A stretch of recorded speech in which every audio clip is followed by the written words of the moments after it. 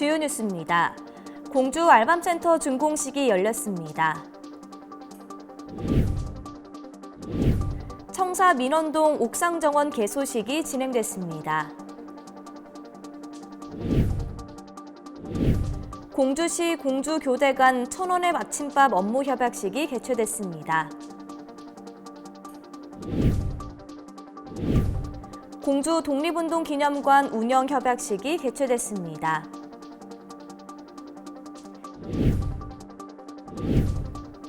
제23회 공주시 장애인 한마음대회가 열렸습니다. 봄철 산불 예방 캠페인이 실시됐습니다. 공주시 장애인 지원 정책 등 공주시의 다양한 소식 제173차 정례 브리핑을 통해 전해드립니다. 여러분 안녕하십니까? 신바람 공주뉴스입니다. 공주시 웅진도서관에서 도서관 방문이 어려운 임산부 및 영유아 보호자를 대상으로 무료 책 배달 서비스를 운영합니다. 이 서비스는 신청한 영유아가 24개월이 되는 달 말일에 종료되는데요.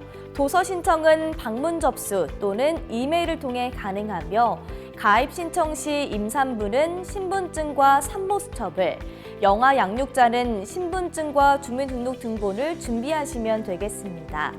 도서 대출은 1인당 월 10권, 월 4회까지 가능합니다. 누구나 편리하게 마음의 양식을 쌓을 수 있길 응원하면서 신바람 공주뉴스 시작합니다.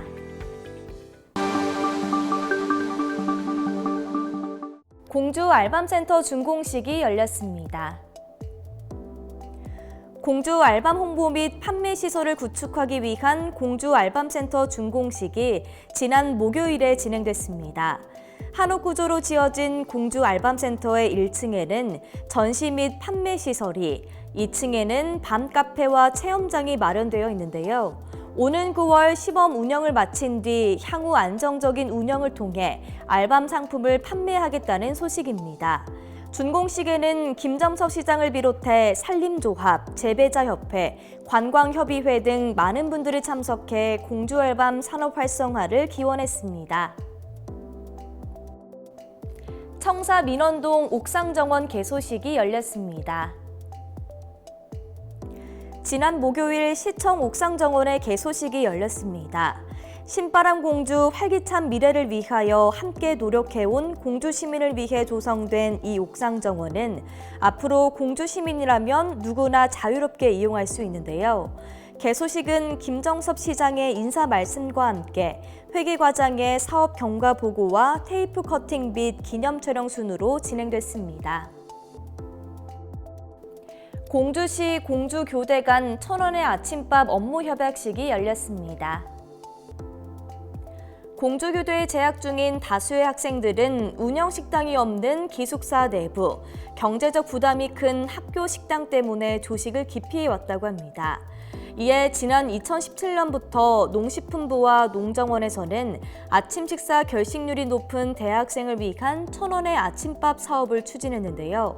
아침밥 섭취 유도와 더불어 아침밥 문화 확산을 위한 의미를 담았습니다. 지난 월요일 공주시청 집현실에서 진행된 업무 협약식에는 이범웅 총장 직무대리를 비롯한 공주교대 관련자들이 참석한 가운데 김정석 시장과 함께 협약서 서명 및 교환을 진행했습니다. 공주 독립운동기념관 운영 협약식이 진행됐습니다. 공주 독립운동기념관은 우리 지역 독립운동의 가치를 홍보하는 역사교육의 장으로 자리 잡기 위해 설립되었습니다. 소유권은 공주 영명중고등학교에 있고 시설 건립은 공주시에서 담당했는데요.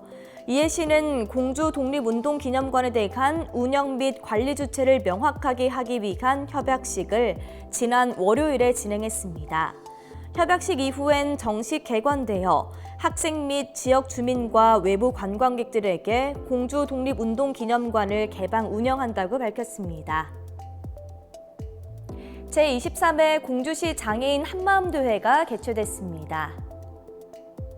지난 수요일 공주시 장애인연합회 주관으로 제23회 공주시 장애인 한마음대회가 개최됐습니다. 코로나19 확산에 따른 사회적 거리두기의 일환으로 잠시 중단되었던 본 대회가 3년 만에 열린 것인데요. 식전 행사에는 충남 남부 장애인관악단 소속 단원이 참여하여 희망울림 연주 민요 공연을 펼쳤습니다. 이어진 본식에서는 김정석 시장의 모범 장애인 및 유공자 표창과 충남 지체장애인협회 공주시지회 박용락 월송동 분회장의 인권 헌장 낭독이 있었습니다. 봄철 산불 예방 캠페인을 실시했습니다. 최근 계속되는 산불 발생으로 인해 공주시가 의용소방대와 함께 산불 예방 및 경각심을 고취하기 위한 봄철 산불 예방 캠페인을 실시했습니다. 지난 화요일 공주 종합운동장에서 진행된 이번 캠페인에는 소방공무원과 의용소방대가 참석했는데요. 표창패 수여 및 119 안전센터 펌프차와 산불 진화차 등의 퍼레이드가 진행됐습니다. 퍼레이드에는 산불 화재 예방 분위기를 조성하여 화재 예방에 대한 안전관리를 강화하자는 의의를 담았습니다. 제173차 정례브리핑 소식 전해드립니다. 재택치료자 외래진료센터 확대에 이어 병의원 진료 후 의약품 본인 수령도 가능해졌습니다. 방역 안전을 위해선 대리인이 수령하는 것이 기본이다. 적시 투약을 위해 재택치료자 본인에 대해서도 의약품 수령이 가능하도록 변경된 것인데요.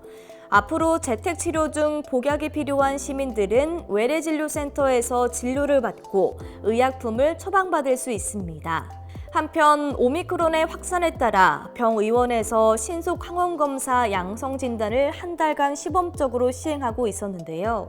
여전히 하루 평균 신규 확진자 수가 20만 명 이상 발생하는 등 확산세가 유지되고 있어 신속 항원검사의 양성 진단 운영 기간이 1개월 연장됐습니다.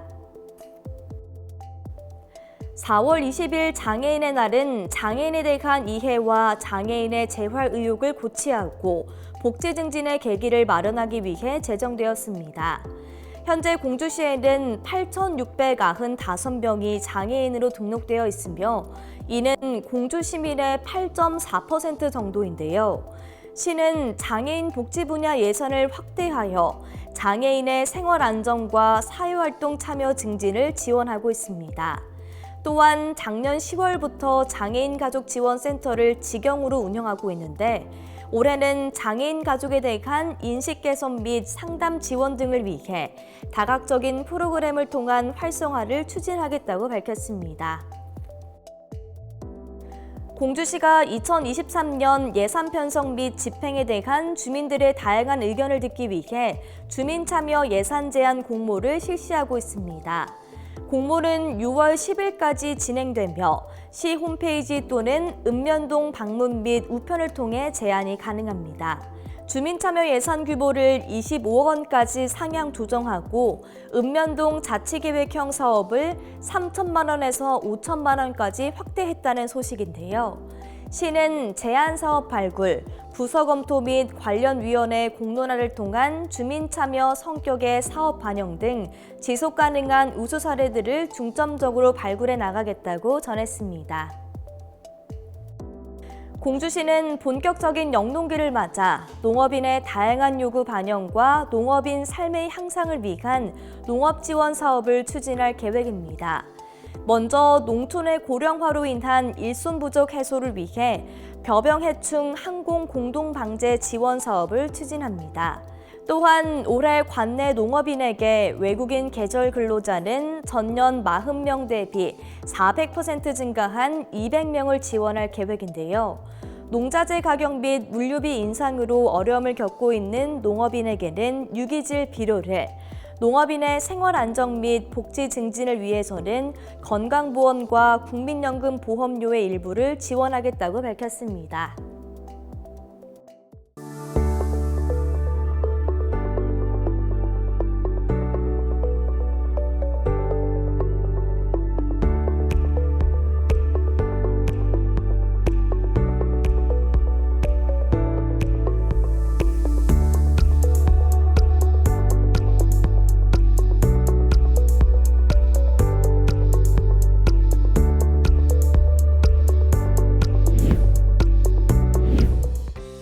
앞으로도 시민의 목소리를 경청하는 공주시가 되길 바라며 이번 주 신바람 공주뉴스를 마칩니다. 오늘도 함께해 주신 시민 여러분 고맙습니다.